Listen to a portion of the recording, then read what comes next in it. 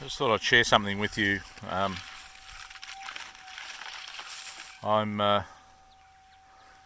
having a bit of a scratch around, and I've got the big coil on today, the 19 inch, and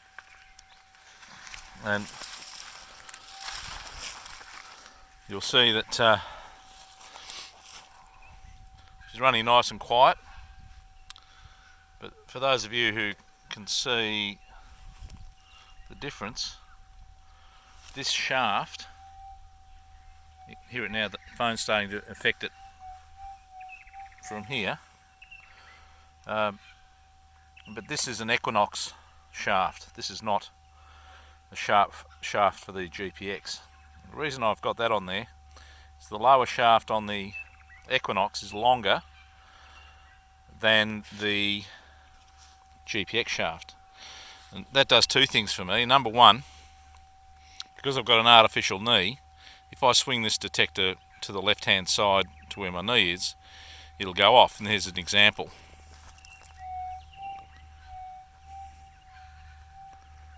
So it's still a fair way away, but the bloody thing goes off with my knee. So for me to be able to detect without getting bothered by this knee, I put the detector on the long shaft on the furthest hole, and then just change the balance of the detector so it can swing at a greater distance. So it's pretty hard to tell from here, but I'm swinging it from over there. You can see it's my leg.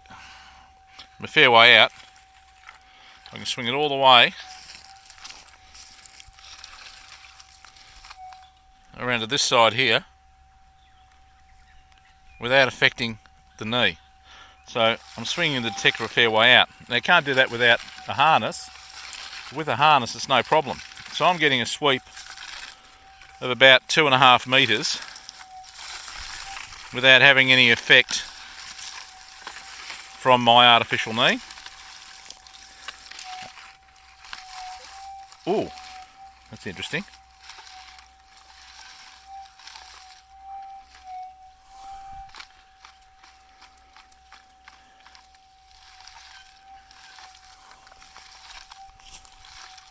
Oh, it's quieting down, probably. Oh, there you go, there's a couple of iron rocks there. Once I balanced out a bit further away in the same sort of geology, she's disappeared. Oh no, it needs a dig. I'll give that a dig. But anyway, the bottom line is, if you do have an artificial knee, you can modify the Equinox shaft by drilling one hole on the upper shaft, because the Equinox is 90 degrees out. So I'll just show you if we can. You can see there, that's the original hole from the Equinox. So I'll get the damn thing to focus. There you go, that's the original hole of the Equinox. And that's the new hole I've drilled. So I've got just had to drill one hole. The detector cuff goes through the same holes I used to. Can't see it through this cover though, but